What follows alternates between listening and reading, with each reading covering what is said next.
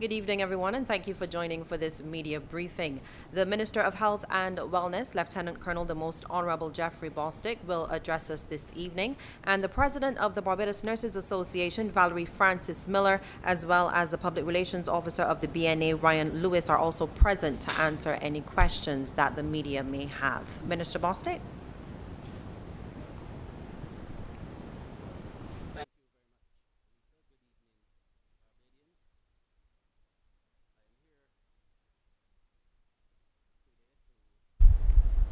Speak to you on two particular issues.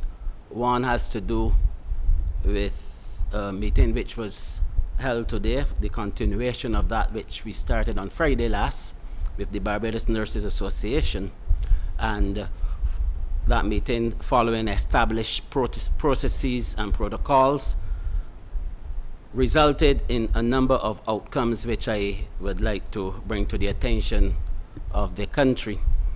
And the other thing that I want to speak about as we now approach the 25th of December and the end of the year has to do with COVID in relation to one or two matters which I will address. I think that today's meeting was a very, very productive one, and a number of things were put on the table for consideration by the Barbados Nurses Association, and those items were included in a document of proposals, recommendations, concerns that was presented by the BNA, and we were able to go through the details as outlined and put our positions, and we came to some agreements on a number of issues. The first one had to do with appointments, and we know that this was an issue for the last several years, but it also raised its head recently. And I'm happy to report that, having done about 335 appointments within the nursing services across the island, public health nurses, that there were very few matters that were outstanding, and that those names of persons have been submitted, and we are in the process of dealing with the very few. I think there were probably about 5 or 6, and one or two others which the association will submit for consideration. And so I think we have been able to put that matter at rest. Transportation was an issue, and there were concerns, and legitimate concerns, of nurses working especially in the rural areas and even at the geriatric hospital in St. Michael, because of peculiar circumstances there and some issues that we've had over the last couple of years, that the position was put forward that we needed to provide some form of transportation during unsociable hours for nurses at these facilities: St. Lucie District Hospital, the St. Philip District Hospital, the Gordon Cummins District Hospital, and the Geriatric Hospital. And so we agreed in principle. We are now trying to work out the details, and as soon as we've been able to put that together, we intend that in the very earlier part of the year, once we get the proposal from the team, the BNA, and the team from the Ministry of Health and Wellness, that we would be able to provide the assistance as requested.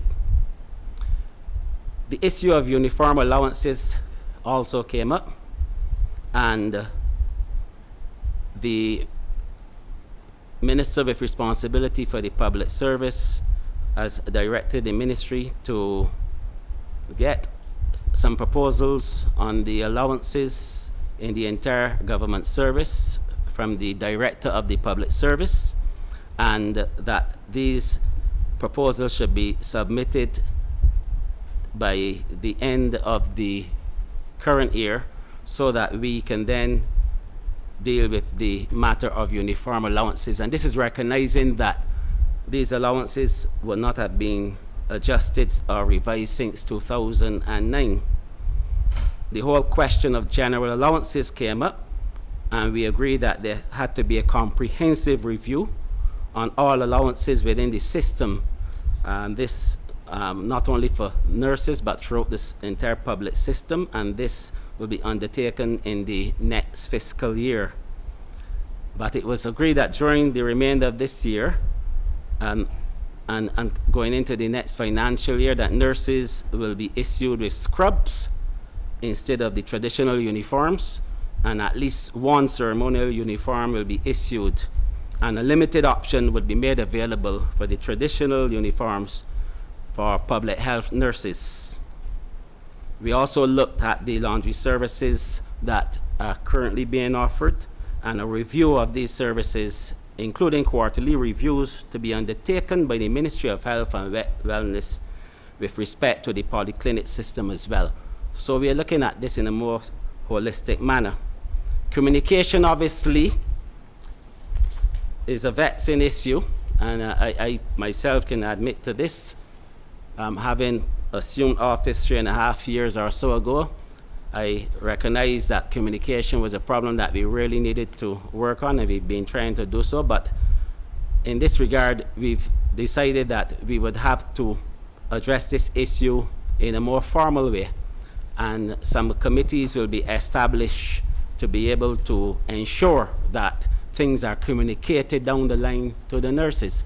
And this is very important because during some of the sessions that we've had, including the one that I personally conducted with Unity Union, for example, it was quite clear that a number of issues that were raised, which really represented things that were either action or in the process of being action, that this information was not communicated down to the level of the nurses. And this is something that we intend to address, and we hope to do so, first of all, by ensuring that the hospital managers and directors, in the case of the QBH, the psychiatric hospital, and the geriatric hospital, that they meet at least quarterly to be able to discuss matters and to ensure that they're all on the same sheet of music.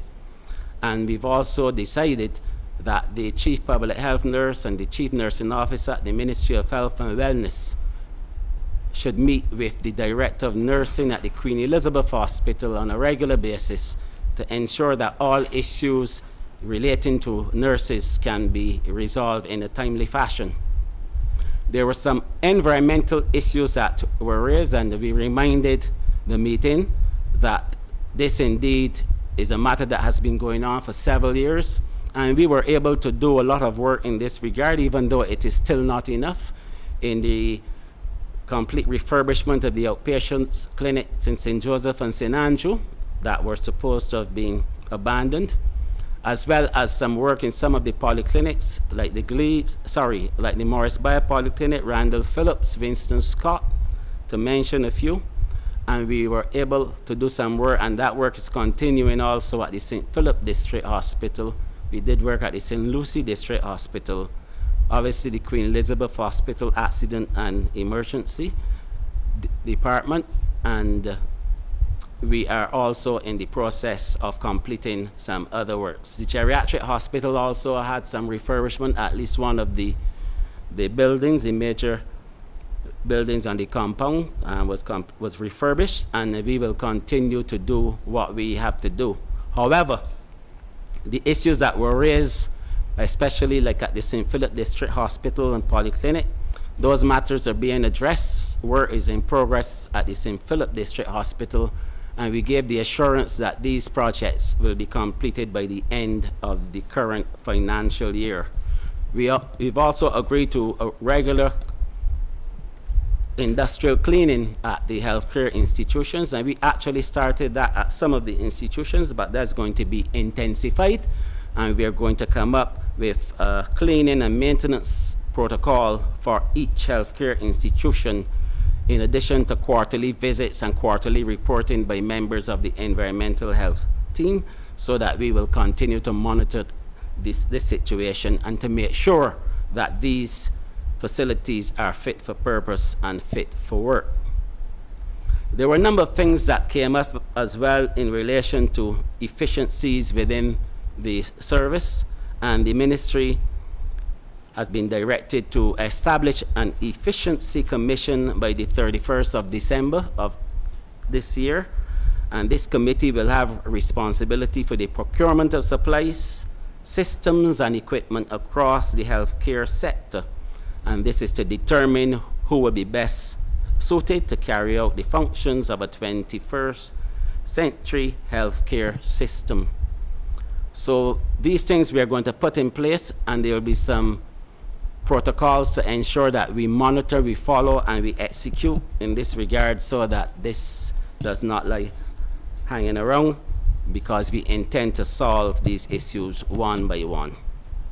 We are also going to be establishing a committee to deal with the late and sporadic payments in the public service. And this is so because, well, the nurses have been complaining, and not only nurses, throughout the healthcare system, we've been having issues over the last several years, and these issues continue even though things are not as bad as they were back then, but we still need to do better. And this is a problem that has to be addressed, not only for healthcare, not only for nurses, but throughout the entire public service. And the structure of this committee will comprise a permanent secretary, Ministry of Health and Wellness, the Director General of the Public Service, a member of the Barbados Nursing Association, the secretary, and we will also include some other persons to represent some other entities as well. So this is, I think, a very important addition to what we're doing, and this will go a long way to ensure that a lot of the problems that the nurses have been experiencing, that we would be able to resolve. The question of training for nurses also came up, and we reminded the meeting that we had listened to the complaints coming from nurses over the last couple of years, and we were able to put some of these things in place in relation to training for specialist nurses, pediatric nurses, gerontologists, and so on, and that is a continuing process, and we've been doing that in collaboration with the University of the West Indies and the Chamberlain University, which is allied to the Ross University School of Medicine. The nurse practitioner, which we would have spoken to when we were in opposition, and which we also included within the manifesto of the Barbados Labour Party, that was spoken to in the throne speech, I believe, and we have done everything in collaboration with the Ross University to start the first intake of nurses to do the nursing practitioners course, and that should have started in September with Chamberlain University, but there have been some delays. 10 nurses were selected from across the board, the QEH and the public health care system, and it is intended that we will send an additional 10 persons once we get into the new financial year. Matters were raised in relation to unsociable working hours and hazard pay, and overtime and flexi time, and we determined that an analysis has to be done in order to resolve the issue of flexi time. But the government had already put in place arrangements for the reintroduction of flexi time within the public health care system, and even over time, especially as a result of the advent of the Delta variant. And this has started at some of the healthcare institutions, but we have agreed that we will now make it equitable across the board. And a meeting was held with the National Union of Public Workers last week, I believe, and at that meeting came to some decisions, and a framework has been established to do what we have to do along the lines of what already exists within the Queen Elizabeth Hospital. The issue of medical insurance for nurses also came up, and we determined that it was best for the Barbados Nursing Association to be able to consult with some other entities, especially one or two departments like Sanitation Services Authority that would have undertaken this process successfully, and then to come to us with a proposal which we can look at. But in the interim, we believe that the existing services at the QEH for the staff clinic, as well as the 24-hour polyclinic service at the Winston Scott Polyclinic, that we can look at those two entities and try to bring both the 24-hour services for the provision of healthcare services to the nursing fraternity and also to the other members of the institutions that we are responsible for.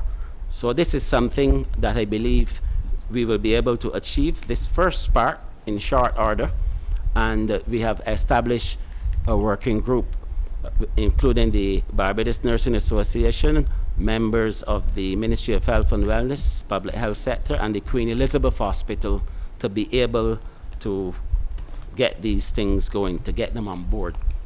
And those were the major issues that we discussed based on what was presented by the Barbados Nursing Association. There were some other things that were mentioned, but these are matters that of an internal nature which we will deal with, and so I'm not going to mention those, but I'm happy to report that the meeting was very cordial and that this really paves the way forward for trying to improve the working conditions of our nurses, and that is the first matter that I really wanted to address. The second issue has to do with COVID.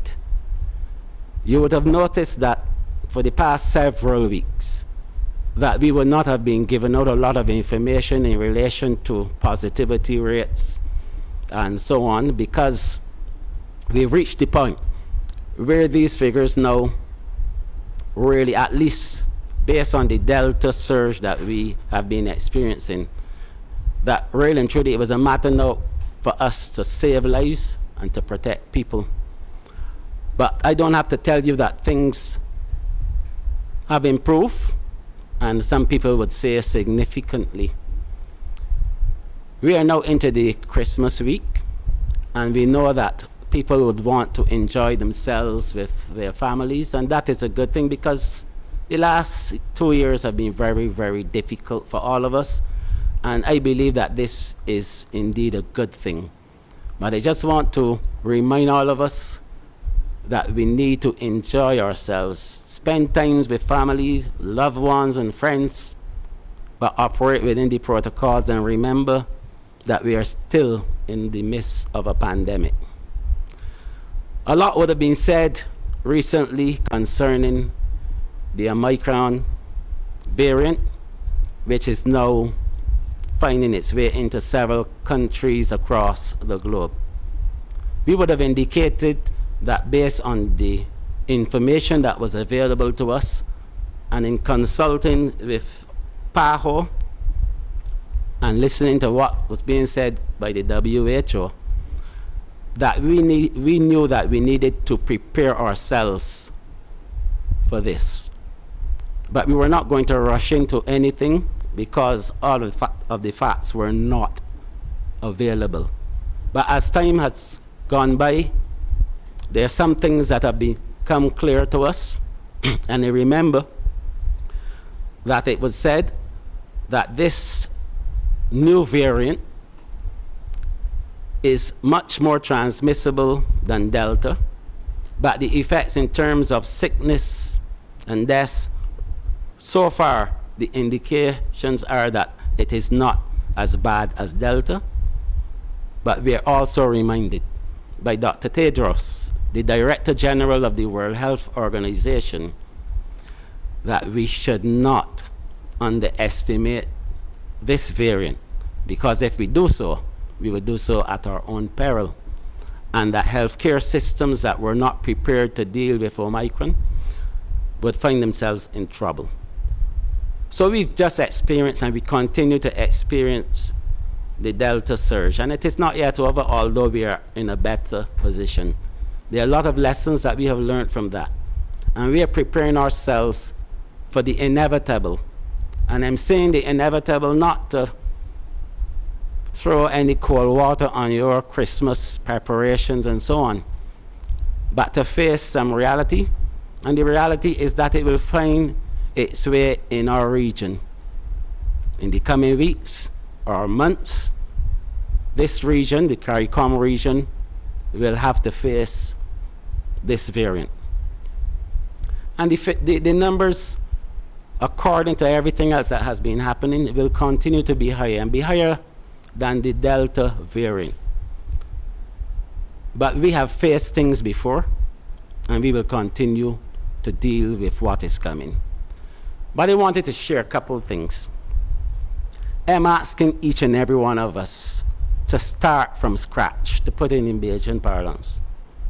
Let's start over again and start with the very basics. I would have said to you on several occasions throughout the past 2 years almost, that no matter what comes our way, the basic things, the wearing of the mask, the protocols, social distancing, sanitizing, these are the things that will help us to see through any difficulty that we face. And in this particular case, even though we cannot stop, like all other countries, we can't stop it from coming this way, but we can do some things that will help us to cushion the blow. And those basic things I want to go back to and urge each and every one of us, even throughout our Christmas merriment, to just remember safety, not only of ourselves, but our families and those in our communities, our neighbors, and especially the elderly. That is something that I would like you to adhere to today. And to promise yourselves and promise your country that you'll try your best to do what I'm asking you to do. And I say so because I am convinced that if we do that, that we will find ourselves in a position where we can fight and fight well against this variant. I also want to say to you that the government and the Ministry of Health and Wellness, we do every single thing that we can to protect the country, our citizens, and visitors.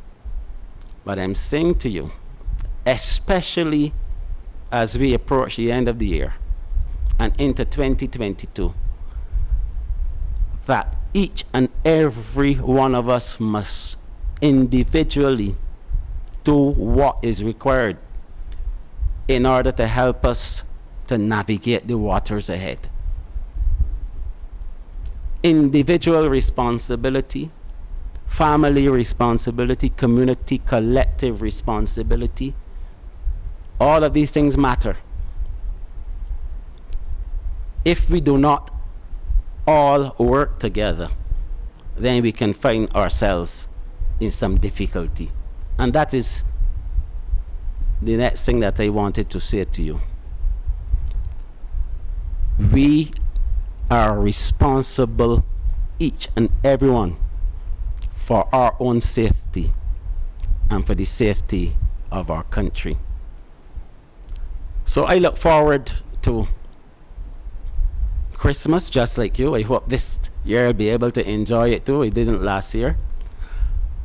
And I look forward to serving you and serving the country, the Ministry of Health and Wellness and the team. We will be working around the clock to try to put everything in place to make sure that we can navigate the seas ahead. So with those remarks, I am available, as well as my two stakeholder colleagues, to answer any questions that you may have. Thank you. Thank you, Minister. And as you said, we have the President of the Barbados Nurses Association, Ms. Valerie Francis Miller, and the Public Relations Officer, Ryan Lewis, available for questions. Can members of the media please indicate which media house they're with and identify themselves before posing their questions?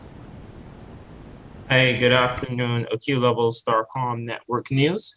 My question is directed to the Minister of Health. I noted you announced a number of new measures to address many of the concerns by the striking nurses.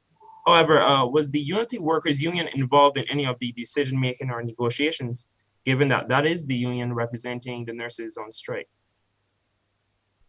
Well, let me start by correcting you, sir. The things that I addressed earlier, those things were for all nurses. All nurses. The meeting that was held today was a meeting with the Barbados Nurses Association, and that is a meeting that commenced on Friday, and we were able to conclude today.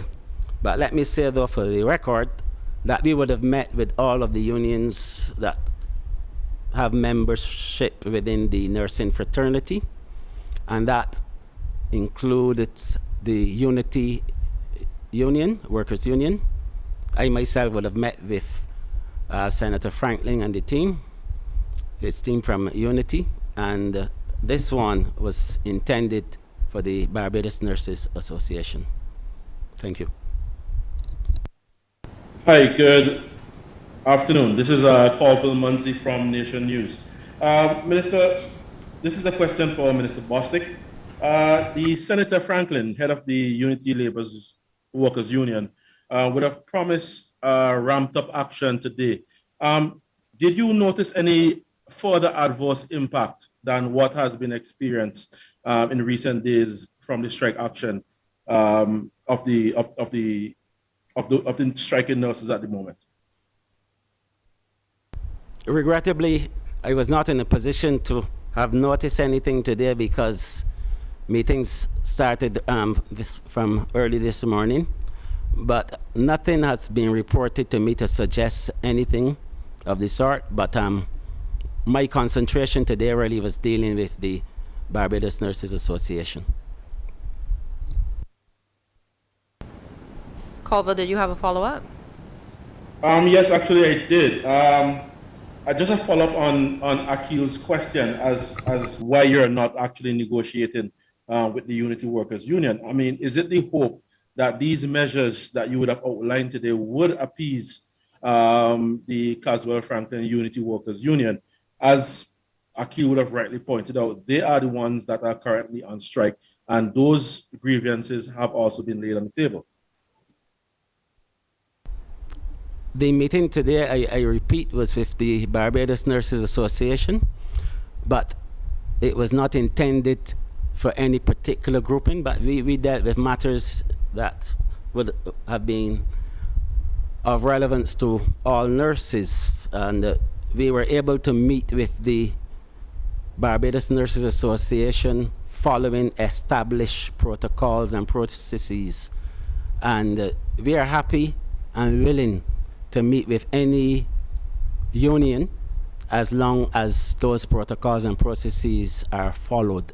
And at this point in time, throughout this entire process, we would have met with all of the unions concerned. Next question. Ryan Bloom, CBC News. Minister, notwithstanding what you mentioned about the Omicron variant, are there any plans to make any adjustments to our travel protocols, or indeed the approach to some of the events that are upcoming, to look at maybe testing as well in the context of the people who are both vaccinated and fully vaccinated, just to see if there's any detection of the variant? First of all, when you have the a variant like Omicron or Omicron, as some people say, similar to Delta in relation to what I'm going to say, those samples, if persons test positive and there's any inclination based on our screening process that there's a possibility of another variant, in other words, one that we have not been dealing with, then those samples are sent to CARPHA, Caribbean Public Health Agency in Trinidad, so that we can have the genomic sequencing and testing. And I'm saying that to say to you that we do not send, you can't just go and test for this variant. You have to have a positive result in order for you to be able to work with. The protocols for entry into Barbados and other things, especially the entry protocols, What I would have done a few weeks ago, but I would have tasked the Emergency Operations Center at the ministry to establish a committee of technical people from the University of the West Indies Cave Hill campus, from BAM, we even consulted and invited PAHO, the local office in Barbados, to be part of that, and to be able to provide for us some recommendations so that we can move in the right direction. And that was done. And what you have seen in relation to those protocols resulted from those consultations.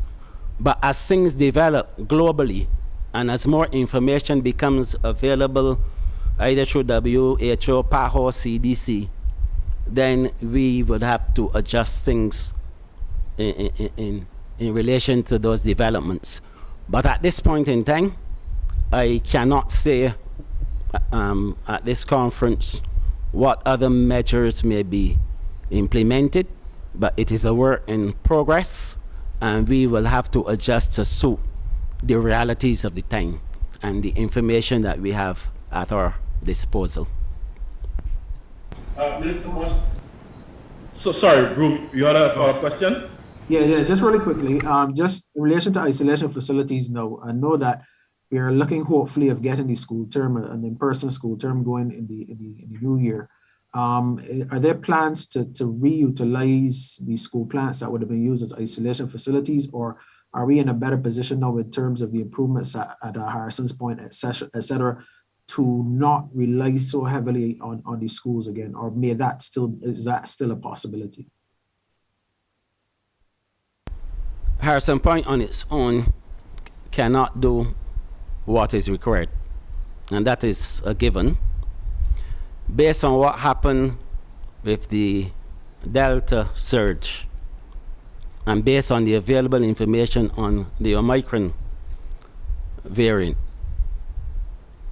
if we get a surge, we anticipate that we would have to go to our contingency plans, which would include utilizing some of the schools. This does not mean that we are going to go there right now, because we don't have any known issues at this point in time. But it is our intention to continue on the path of trying to get our children back to school, because that is also very important. And the psychosocial impact of some of those things of, children not going to school and interacting and developing and so on, we still have to consider those. And that is the path that we are moving on. And if anything develops that results in us having to make adjustments, we have the plans to swiftly make those adjustments. And if those adjustments mean that we have to go back to schools, then for the good of the country, that is exactly what we will do. Colville? Hey, good evening once again. Sorry, Akil. I think Colville wanted to get in just before you. Colville? Yes, hi, Minister Bostic. We noticed a bit of exuberance this Christmas season, and especially now with the announcement of the VAT-free day today, long snaking lines around shopping centers. Is this something of concern, especially given the strides that we have made in bringing the numbers down as low as they have come? Anything that contravenes or provides us with issues in relation to the existing public health measures, of course, that would be a concern. What we have to learn to do in this country, and it doesn't have to be a VAT-free day, whatever activity that is allowed, we have to be able to do so within the confines and always cognizant of the existing public health protocols. And that is something that we have to stress again and again, and that is why I made the plea that I did earlier in relation to the basics, starting afresh,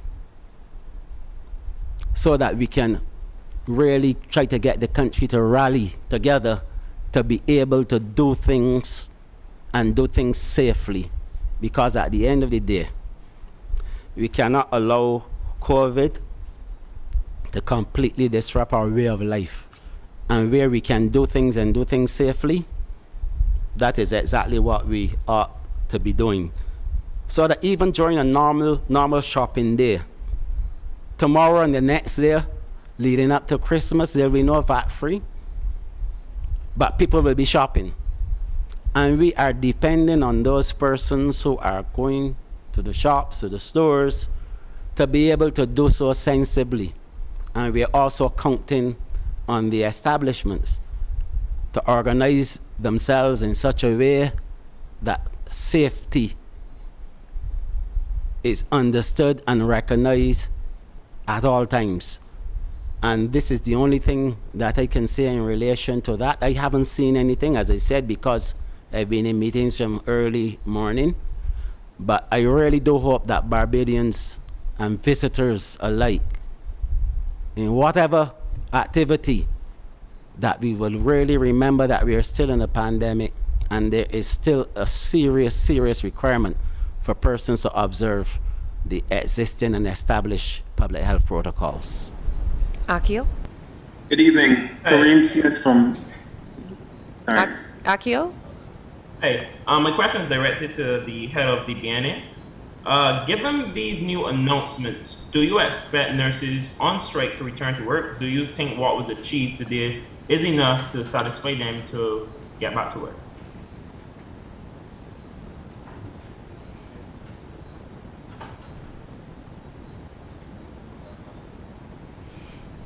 Thank you for your question.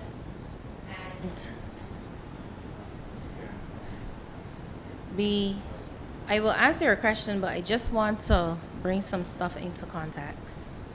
The Barbados Nurses Association, as the primary representative body for the nurses, would like at this point to thank the government, the head of the NPS, and the Minister of Health and Wellness, senior persons of the ministry, and the executive chairman of the Queen Elizabeth Hospital for meeting with the executive of the Barbados Nurses Association for 2 days last week and again today.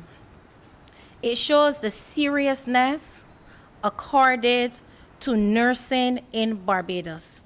Just before meeting the BNA, we were able to submit a document to government with the state of nursing in Barbados, with concerns and also recommendations to improve the quality of nursing care in Barbados and professional development for nurses. And the things that were raised that were addressed, I should say, by the parties that we partner with, which was government and the head of the NPS and the Minister of Health and Wellness and the head of the Queen Elizabeth Hospital, were matters that were being raised by nurses for quite some time over the years. And we have made some strides in which we have achieved some short-term things, we have some medium-term things, and some long-term things to achieve. And we have made some strides. So I believe that these are things that they have been asking for too as well. And today we were able to achieve some of these things. So I believe, and I would like to ask them to to return and let us come and negotiate with these entities so that we can push nursing forward and not compromise patient care. Akil, did you have a follow-up? Hi, just one quick question. What's the official count? How many nurses are on strike currently?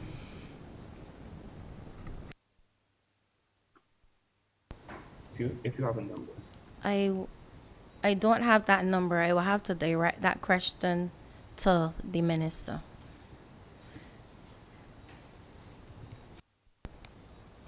I don't have the numbers as well for today, but based on information that I have received from the public health sector, for several days we are looking at between 20 and 30 persons.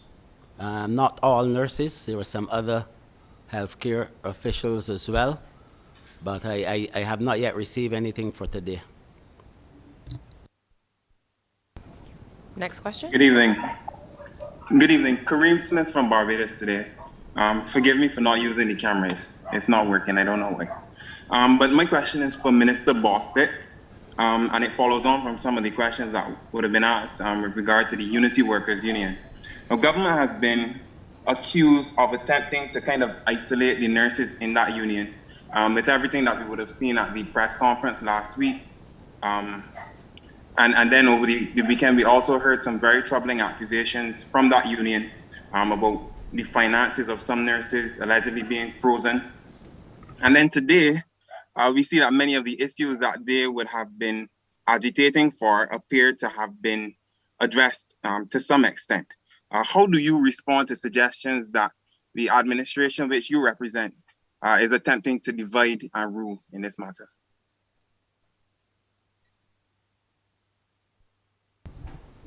I don't have to remind you, sir, that I am here in my capacity as the Minister of Health and Wellness, dealing with healthcare issues. But let me say to you that having met, this is the Ministry of Health and Wellness, with all of the unions and the major unions who have nurses in their membership, that I cannot see at all why you, sir, or anyone may even consider that we were trying to divide and rule. We have met with those who have requested meetings. When I was on my short leave, Minister Walcott, who was acting on my behalf, he would have met with Unity. I came back and I also met with Unity. When the whole question of the safe zones was taken to cabinet by myself, and I was given a mandate to go and to have meetings with the unions, I invited every single union to the meeting the evening, including Unity. And I met, and we met with those unions that attended the meeting that turned up. So I don't think that is, I will not answer that one because there's no divide and rule here. Far from divide and rule, we are seeking to bring all parties to the table so that we can arrive at some solutions that would be beneficial for the persons in this country who seek nursing care, one, and also for all of the nurses, because this is not, there's no division with the nurses. The nurses provide a very, very important service, and I'm sure that they will continue to do so.